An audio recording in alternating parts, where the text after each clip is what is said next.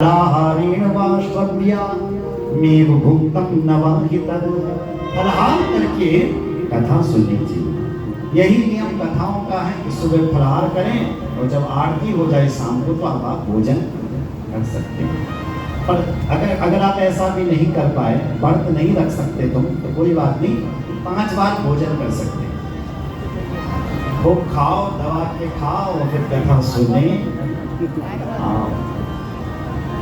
भोजनम तो वरम कथा श्रवणकारकम नो उपवास परः प्रोक्त कथा विघ्न करो। उपवास रखने से यदि कोई विघ्न बाधा उत्पन्न होती है तो उपवास रखने की कोई जरूरत नहीं है। और ध्यान रहे, कुछ चीजें आपने नहीं खानी है। देखो, जब तक कथा हो रही है तब तक ये चीजें मत खाओ। क्या क्या? गलिष्ठं विदलं दग्धं निष्पापाश्यमसूरिका भावदृष्टं प्रयुष्टं जगद्भा नित्यं कथाः प्रतिः। कथा प्रति को गलिष्ठम गला हुआ भोजन नहीं खाना चाहिए। गला हुआ मतलब दाल यदि जल गई है, चावल यदि जल गए हैं तो क्यों भात नहीं खाऊं, की दाल में खानी। बोलो जय श्री राम। कनिष्ठम सड़ा हुआ आम नहीं खाना। नहीं तुम ये सोच रहे मेरा व्रत है चलो खा लेता हूँ, थोड़ा ही तो है, उस चीज का त्याग करें।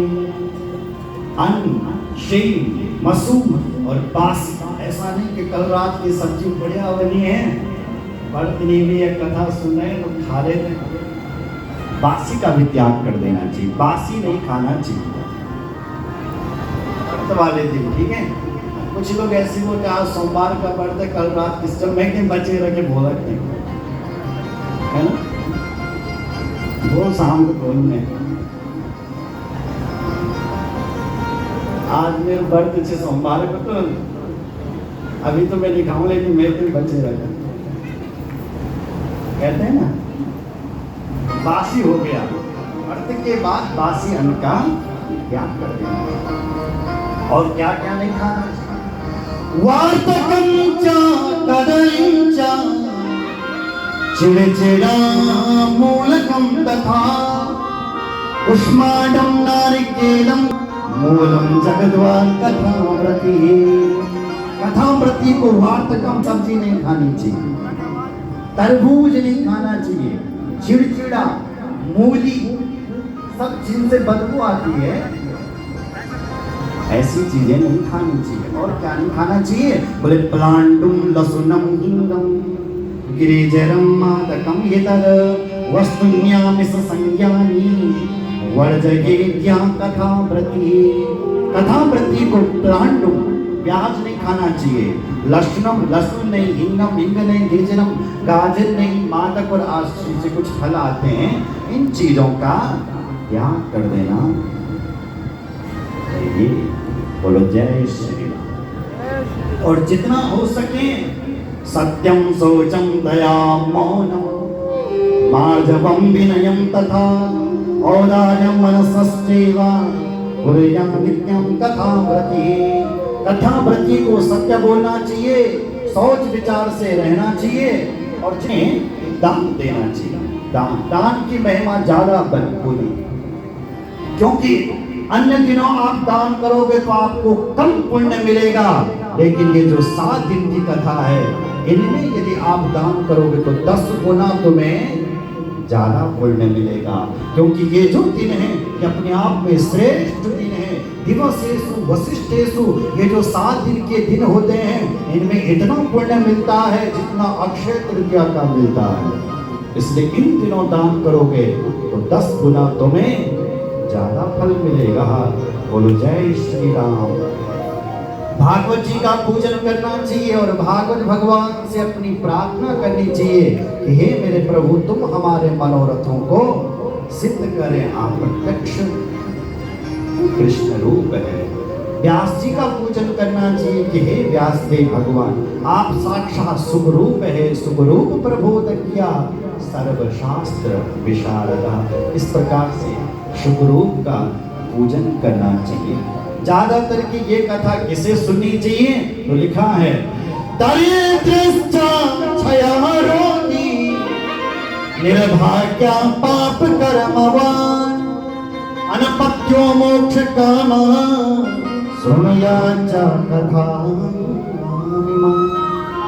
दरिद्र व्यक्ति को कथा सुननी चाहिए। 7 दिन तक कथा सुनी तो इस कथा से तुम धनवान हो जाओगे। जो लोग बीमार रहते हैं वो लोग इस कथा को सुने, तुम्हारी बीमारी दूर हो जाएगी। जो मंद भाग्य हैं, जिनका भाग्य नहीं साथ देता है, वो लोग भी इस कथा को सुने ताकि तुम्हारा भाग्य प्रबल हो जाए और भगवान तुम्हें छप्पर फाड़ करके देता रहे। जिन माताओं की संतान नहीं होती है वो माताएं भी, वो बहनें भी इस कथा को सुने। त्र्यवत गर्भाच ज्ञाना, जिसका गर्भ पेट से गायब हो जाता है, ऐसी देवियों को भी यह कथा सुननी चाहिए और उनको खूब पुण्य मिलेगा। और भागवत भगवान की जय। ये जो भागवत का आनंद है ये कहीं और नहीं है। स्वर्गे सत्ये च कैलासे वैकुंठे नास्त्ययं गजा अतः पिबन्तु सद्भाग्या मामा मुंजति करहिचिदु। अरे जो आनंद इस भारत भूमि में है, जो आनंद कथा का आनंद यहाँ है, ये कहीं और नहीं है। न स्वर्ग में है, न वैकुंठ में है, न कैलाश में है। क्या करोगे वहां जाकर के? इसलिए जो आनंद इस धरती पर है वहां आनंद लें और इस कथा को सुने। जब कथा का विराम हो जाए तब खूब संकीर्तन करना चाहिए, खूब तालियां बजानी चाहिए। बजाओ तालियां। जो भागवत में तालियां बजाते हैं उनके भाग्य का ताला खुल जाता है। जो कथा में तालियां बजाते हैं, कीर्तन में तालियां बजाते हैं, हमारे इन हाथों में जो दुर्भाग्य की रेखाएं होती है, तो भगवान के लिए तालियां बजती है तो हमारी दुर्भाग्य की रेखाएं मिट जाती है और इन हाथों में सौभाग्य की रेखाएं पड़ जाती है, भाग्य की रेखाएं पड़ जाती है। तो नारद जी अपनी वीणा बजाने लगे और माल को श्राप छेड़ दिया। नारद जी ने वीणा बजाने, उसी समय प्रहलाद जी प्रकट हो गए और प्रहलाद जी तालियां बजाने लग गए। प्रहलाद स्थानधारी तरलगत दया चौद्वगांसीयधारी वीणाधारी सुरसी स्वर कुशल दया राग करता अर्जुनो भू इंदो वादीन मृदंगम जय जय शुभरा कीर्तने ते कुमारा यत्राग्रे भाववक्तं सर सर जनया व्यास पुत्रो बभूवा। आज प्रहलाद जी तालियां बजाने लग गए, उद्धव जी मजीरा बजाने लग गया। वीणाधारी सुरवसी स्वर कुशल दया, नारद जी वीणा बजाने लग गए। संगीत के महान आचार्य माने जाते हैं अर्जुन। तो अर्जुन राग रागियों में ही आलाप करना शुरू कर दिया। अर्जुन राग करता अर्जुनो भू, अर्जुन राग रागिनियों में आलाप कर रहा है। इंद्रो वादीन मृदंगम इंद्रो वादीन इंद्रो वादीन मृदंगम। देवराज इंद्र मृदंग पर थाप देना शुरू कर दिया। उसी समय व्यास नंदन सुखदेव जी आ गए, जिन्होंने राग रागिनियों में ही भागवत के श्लोकों को गाना शुरू कर दिया।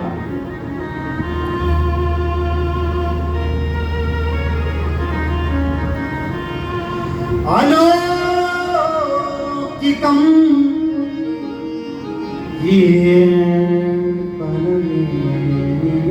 दीक्षा हरि प्रसन्नो पे बचो ब्रवीत।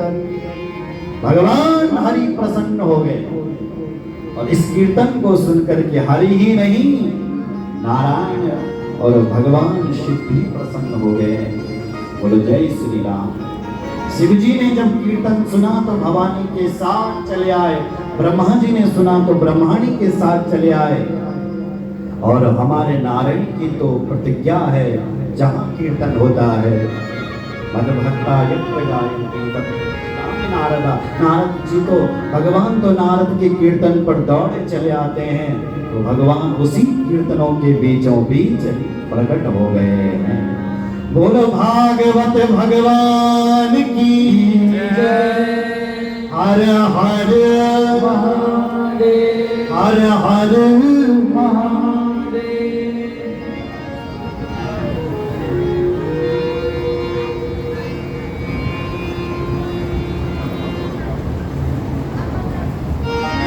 सुख गाथा तुला सुधा,